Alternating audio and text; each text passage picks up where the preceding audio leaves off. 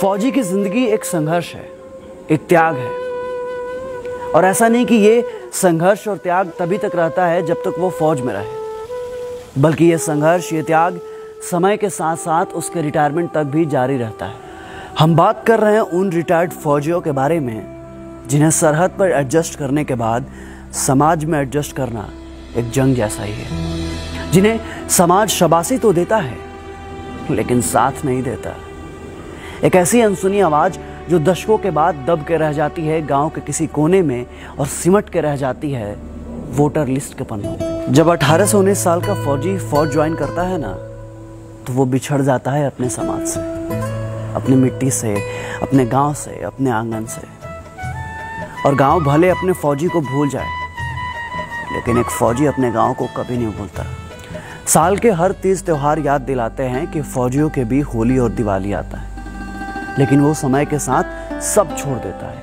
होली, दशहरा, दिवाली, वो छोड़ देता है अपना समाज, अपनी जवानी, अपना बचपन, अपने सपने, और उन्हीं सपनों और अपनों के बीच छोड़ देता है एक आम जीवन, क्योंकि उनके रगों में खून नहीं देशभक्ति दौड़ती है। लेकिन वही 40 साल का फौजी जब रिटायर होकर वापस घर आता है तो वो दुनिया से कट चुका होता है। वो सोशली कट ऑफ हो जाता है समाज से। वो समझ ही नहीं पाता सर्विस और रिटायर के बीच के गैप को। वो पाटने की कोशिश करता है इस खाई को। वो जोड़ना चाहता है दिल और दिमाग को। वो फिर से पुराने लम्हों को जीना चाहता है। वो सींचना चाहता है अपने खून और पसीने से अपनी मिट्टी और खेत को। लेकिन ये समाज, ये दुनिया उसके जज्बातों का मजाक बनाती है। उसके भावनाओं को पागलपन करार दिया जाता है। लेकिन एक फौजी फौजी होता है। उसको खुद पे भरोसा होता है। उसे पता होता है कि वो जो कर रहा है सही है। उसे तो आज भी लगता है कि दुनिया पूछेगी उसे कैंटीन की तरह और सर पे चढ़ा कर रखेगी रम की तरह। उसे तो आज भी लगता है कि दुनिया एक सर्विस की तरह है और यहाँ भी सारे काम फौज की तरह ईमानदारी से होते हैं। और ये भी एक कड़वा सच है कि दुनिया रिटायर्ड फौजियों को जगह नहीं देती साहब। वो बना के रखती है एक ऐसा गैप और राजनीति जिसका गणित आज तक किसी फौजी को समझ में नहीं आया। और उसकी इसी मासूमियत का फ़ायदा सारी दुनिया उठाती है। पता है, जब दुनिया सो रही होती है नींद की आगोश में, तो वो तड़के सुबह उठ जाता है गाय भैंस को चारा डालने के लिए और निकल जाता है दूर कहीं गांव में टहलने के लिए। अब गांव में उसके कोई साथी संगाती नहीं होते। वो बिल्कुल अकेला होता है कई जनों के बीच में, एक अजनबी की तरह, या यूँ कहें कि एक परदेसी की तरह। फिर वो बनाता है गांव के बच्चों को अपना साथी और काटता है उनके साथ रिटायरमेंट के बाद की बची हुई जिंदगी। वह सुनाता है बच्चों को उन्हें फौज और फौजियों के किस्से और दिखाता है उन्हें जमीन और लड़ाइयों के हिस्से। वो बांटता है अपना दुख दर्द और खोजता है उन पलों में अपना पल, क्योंकि फौजी अपने किस्से कहानियों को बार बार जीता है। एक फौजी अपने सिस्टम में इतना ट्रेंड होता है कि वो किसी भी मिट्टी, किसी भी मौसम में खुद को ढालने की क्षमता रखता है। लेकिन न जाने हमारे समाज की ऐसी मानसिकता क्यों है कि रिटायरमेंट के बाद एक फौजी को सिक्योरिटी गार्ड से ज़्यादा काबिल समझा ही नहीं जाता। कभी ओसारे में बैठ उन रिटायर फौजियों को देखिए और उनकी आंखों से छलकते जीवन के संघर्ष को देखिए।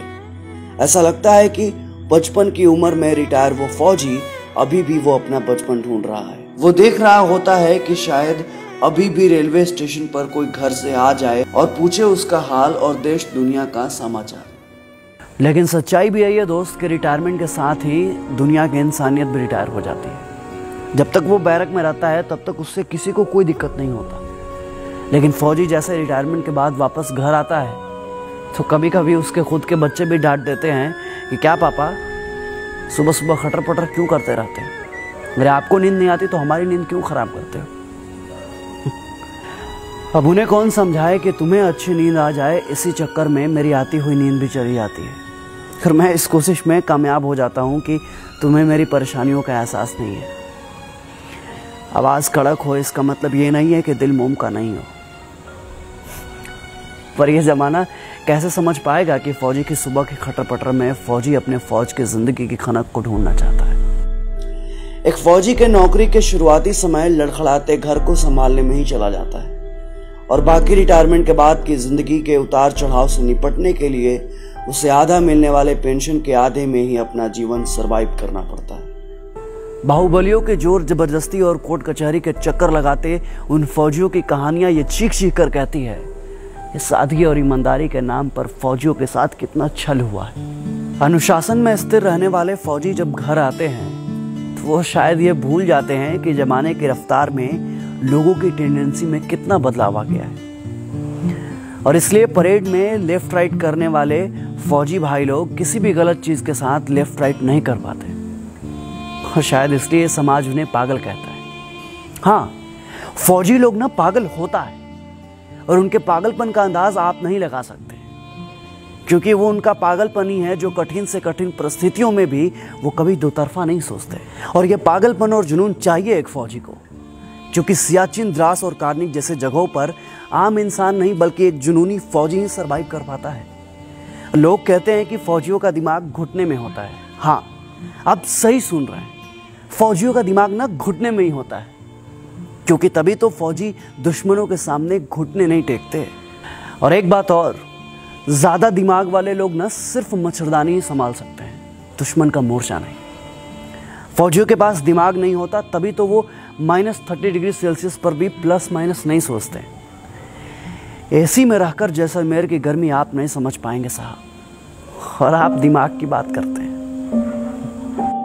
फौजी की जिंदगी में अनुशासन, ईमानदारी और अपने खून पसीने की कमाई का आत्मसम्मान उसके अंदर कूट कूट कर भरा होता है। उसकी पाई पाई में सियाचिन की सर्दी और जैसलमेर की गर्मी का कतरा कतरा मौजूद होता है। सर्विस से डिस्चार्ज होने के बाद जब वो अपने पैसे को सही समय और सही जगह पर खर्च करता है तो लोग उसे कंजूस कहकर उसके पसीने का मजाक उड़ाते हैं। जब वो किसी ऑफिस में घुसकर बाबू लोगों से घूस लेने का विरोध करता है तो लोग उसे बेवकूफ समझते हैं, लेकिन लोग जब अपने गिरेबान में झांक कर देखेंगे ना, तब उन्हें मालूम चलेगा कि असल में बेवकूफ कौन है। और अंत में जब मैं सोचता हूं कि वो जो अपनी जवानी कुर्बान करता है, जो तपस्या और त्याग करता है, आखिरकार उसे मिलता क्या है? बस थोड़ा सा रिस्पेक्ट और थोड़ी सी पेंशन, जिसे पाने के लिए वो बैंक के लाइन में घंटों खड़ा होता है सूझबूझ खोकर। वो एक सर्विसमैन का कोटा, वो कैंटीन की बातें जहां वो 4 पैसे बचाने के लिए पूरे दिन एक पैर पर खड़ा होता है। वो ट्रेन के दरवाजे के बगल में खड़ा वेटिंग लिस्ट वाला फौजी, जिसका फोटो जनता तो खूब शेयर करती है, लेकिन कोई उसके साथ सीट शेयर नहीं करता। कहते हैं ना दोस्त कि जिंदगी को कम समय में जीना हो तो फौजी बनिए, क्योंकि देश के लिए दीवानापन दिल से फौजी बनने के बाद ही आता है। बातें तो खूब होती है 15 अगस्त और 26 जनवरी के दिन। लोगों में देशभक्ति का ज्वार उठता है जो कुछ ही दिन बाद भाटा की तरह शांत हो जाता है। समाज में फौजी होना एक गर्व का विषय है, पर खुद के लिए क्या, ये फौजी अंत तक नहीं समझ पाता। फौजी ना सब समझने की कोशिश करते हैं, लेकिन ये समाज उनको कब समझेगा? कब समझेंगे लोग उनकी भावनाओं को, उनके जज्बातों को, उनके द्वारा किए गए उनके जीवन में त्याग और तपस्या को? कब समझेंगे उनकी मेहनत को, उनकी ईमानदारी को? क्या उसकी कारगिल और कुपवाड़ा की कहानियां सिर्फ कहानियां बनकर रह जाएंगी? एक फौजी के लिए फौज और जिंदगी दोनों एक ही बात है। फिर समाज के लिए फौज और फौजी दो अलग अलग हैं, ऐसा क्यों? क्या समाज में फौजी की शून्यता है, या फिर फौजी समाज का हिस्सा ही नहीं है? फिर क्यों समाज में रिटायर्ड फौजियों के लिए जज्बातों की शून्यता है? ये सारे सवाल समाज से हैं, और सनद रहें, समाज का हिस्सा आप भी हैं। सोचिएगा जरूर। जय हिंद, जय भारत।